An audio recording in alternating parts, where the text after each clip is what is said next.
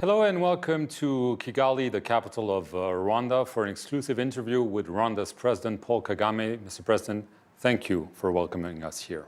You're welcome. Just a couple of days ago, you met with the President of the Democratic Republic of the Congo, Felix Tshisekedi, under the aegis of Angola's President João Lourenço, who announced that some progress had been made to try to stop the tensions between Rwanda and the DRC. He announced a ceasefire, a roadmap. Is this a breakthrough meeting? Yeah, I think to begin with, I don't think anyone is interested in tensions or conflicts or whatever crisis. So it's on that backdrop that I am happy that we even agreed to meet in Angola under the mediation of President Lourenço, President of Angola. And indeed, we had a good discussion. I think both sides, at least what I assessed it to be, were looking forward to making progress. Right, because I mean, there have been a number of meetings under different formats, but every time it's a lot of talk, but then the acts do not follow. Do you think that this time could be different? I hope so, and that's what I think. That's what I want to see happen. Well, talking is good enough. Is good, but may not be good enough, but it is what you need to start with. So the fact that we talk, I think, is good, and we can build on that for tangible results. And I think this one in Angola is another step forward, I believe. That's what I think. The problem is, when you talk about tangible results, since that meeting just a couple of days ago, fighting has resumed in eastern DRC between the M23 rebel group, and the DRC government is already accusing the M23 and Rwanda of not fulfilling what they promised. Well, I don't think we need to dwell on blame game and accusations. You find one side accuses the other of something, then the other accuses the other of something.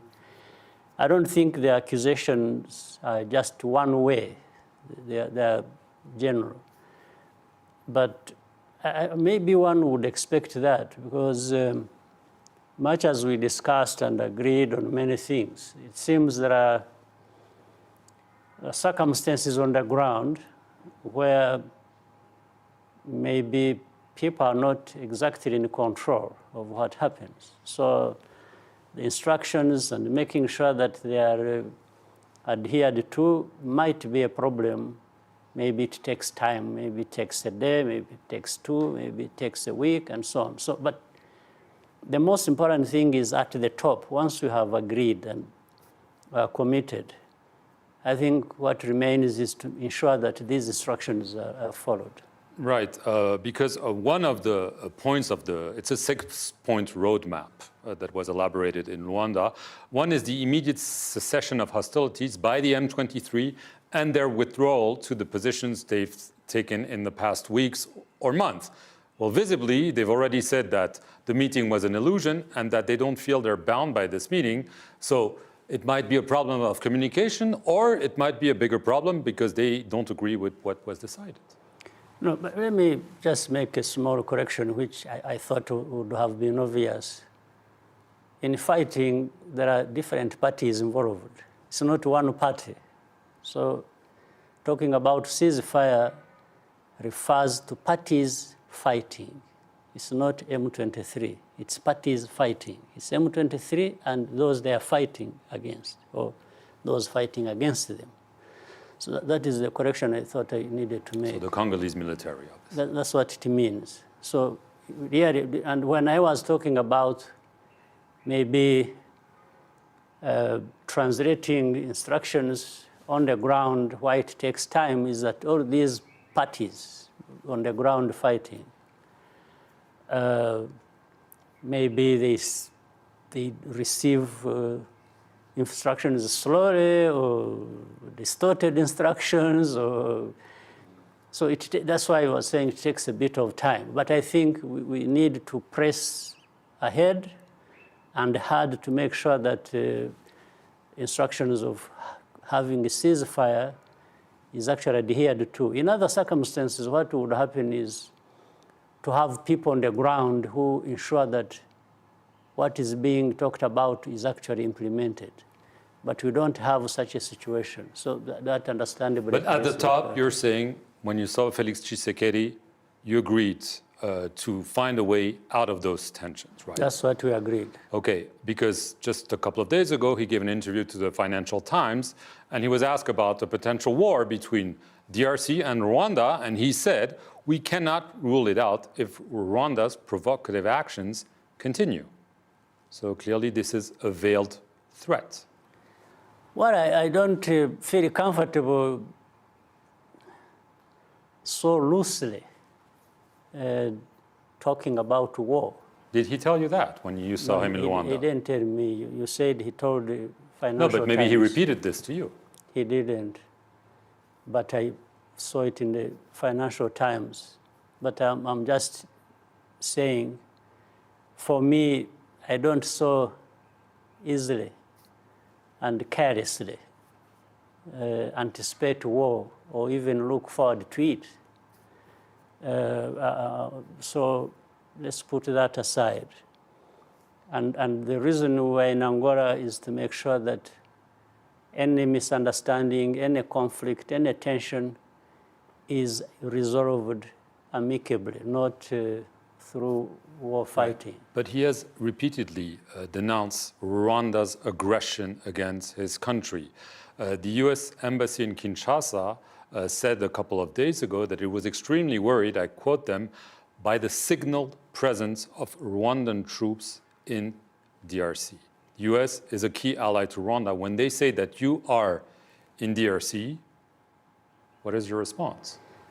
Well, my response is that I'm always surprised that in the conflict, say in Congo, people are quick to accuse Rwanda. Even the Americans? Yes, I mean everybody. We are talking about those who make accusations. But those are groundless accusations, can Mr. you President? let me finish explaining my point? Because Rwanda is accused by the US or by anybody, but they are silent, deliberately, I guess, on issues of FDLR that have been there for the last 25 years. This is, so you would imagine, in fact, when you hear people say those things you just mentioned, it's as if Rwanda is just a troublemaker. They went into Congo, they started the war, they are doing this. They're even silent about the bombings of our territory by Congolese army. They are silent about infiltration in 2019, in November, of these FDLR who entered into the northern part of our country and caused mayhem. If we are talking about provocations, how do you decide to share across the border into the population? And then you say, this is... I understand your point, but... Do you understand it, really? Or do they understand it? Then you need to tell them. No, but this doesn't answer the question. Are there Rwandan troops in DRC? Maybe there are other issues. We'll get to that, because that's one of the points of the roadmap. No, it but is, you deny having soldiers on DRC soil right now, as the Americans are claiming. Well, it is answered by telling you that when you're having so many parties having a problem, and you just keep insisting on talking about one, you are the one with the problem, not the one you are accusing. So that answers what you are asking as well. You talked about FDLR. You've been talking about them for many years. One of the points of this 6-point roadmap is to defeat the FDLR and the splinter groups. Obviously, given that it's been going on, you've been denouncing it for years. Do you think that on this point, there is real progress, or again, it's only talk? I'm looking forward to that progress. This is my main point. But the other point, which again, we probably talked about a little bit, is I've said, yes, I've talked about it, or we have talked about it for so many years. But why don't people listen? Every time it is another problem, but not that one. So these parties decided that this problem should remain forever and expect that there will be no consequences for the actions of this group of FDLR carried out against Rwanda. Is that serious? You think these people are serious? What about the repeated claims by the Congolese authorities that Rwanda is backing the M23?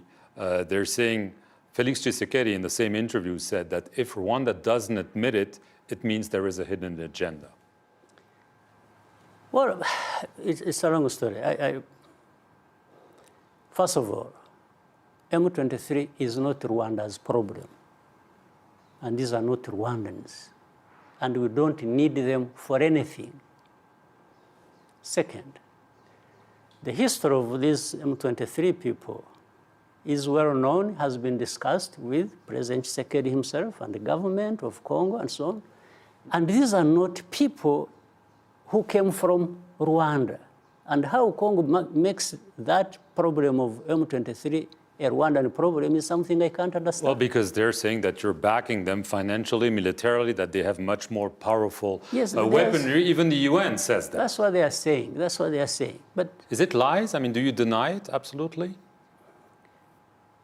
But what I don't want us to dwell on and waste a lot of time is in this complex problem, which I have told you involves many parties, to single out just one and attach it to Rwanda and make it the issue. How about other issues? How about FDLR we're talking about? How about sharing our territory from DRC by government forces working together with FDLR? How about MONUSCO that has been supporting FDLR and FARDC, knowing that they are working together? Why are you not talking about that? Because I'm asking you questions, No, accusations that have been leveled against you and Rwanda. What else about that? That's the problem. Right.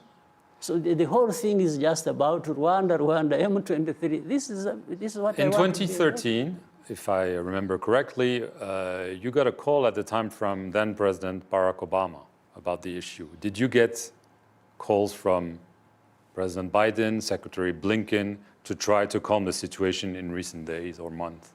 Happily not, because it doesn't warrant it at all. It doesn't. Maybe they should call whoever they want, or if they called me, I would certainly receive the call and give them the answer they are looking for. And but I'm saying, even just simple logic, if people try to reason, this problem was there 2013 or 2012. Now it is back 10 years after. What do you think went wrong? I would ask anyone to tell me why this problem, which is actually, in my view, a problem that can be addressed very easily. Why does it go on for 10 years and it comes back? In fact, some part of it has been there for the last 25 years. And the international community, everybody, they've spent so much money talking about solving these problems based in the Congo. And yet we have it visit us again in 2022. Do you really think Rwanda is the problem in that? Can't anybody see that the problems lie elsewhere? In DRC? Absolutely. And even in the international community who pretend they are trying to address the problem, but they even complicate it further. As a last question, you were elected in 2000. So 22 years Yeah. in power. The next election is scheduled in 2024. You haven't said whether you would run, but do you consider running or? Well, I would consider running for another 20 years. Really? I have no problem with that. Really? Yes. This means the We're talking about elections. Yes. Again, this is the contradiction and the hypocrisy I'm talking about. Well, there could be limit on the mandates, right? Elections are about people choosing, isn't it? Right. When they're free and fair, yes. And that's yes, okay. But you haven't at least of all the criticisms you have had, nobody has said the elections have not been free or fair. But we have had it in other places that people don't even talk about, including even people who complain about us. So don't you have, right now as we speak, we are having cases in the developed world about elections. Right. You remember not so long ago, there is a case going on somewhere in a very advanced democracy about Yes, in the United States, yes. somebody who wants to. So this is, I think people have to decide what they want to do for themselves. You see, you have problems of your own that somebody should be questioning, and then you want to, be the one to dictate what I should be doing. At the same time, even with the contradiction, because if you are talking about elections, and the election is about people choosing. Paul Kagame, I want to thank you very much for welcoming us here at the presidency of Rwanda in the capital, Kigali. Thank you very much for watching this exclusive interview here on France 24.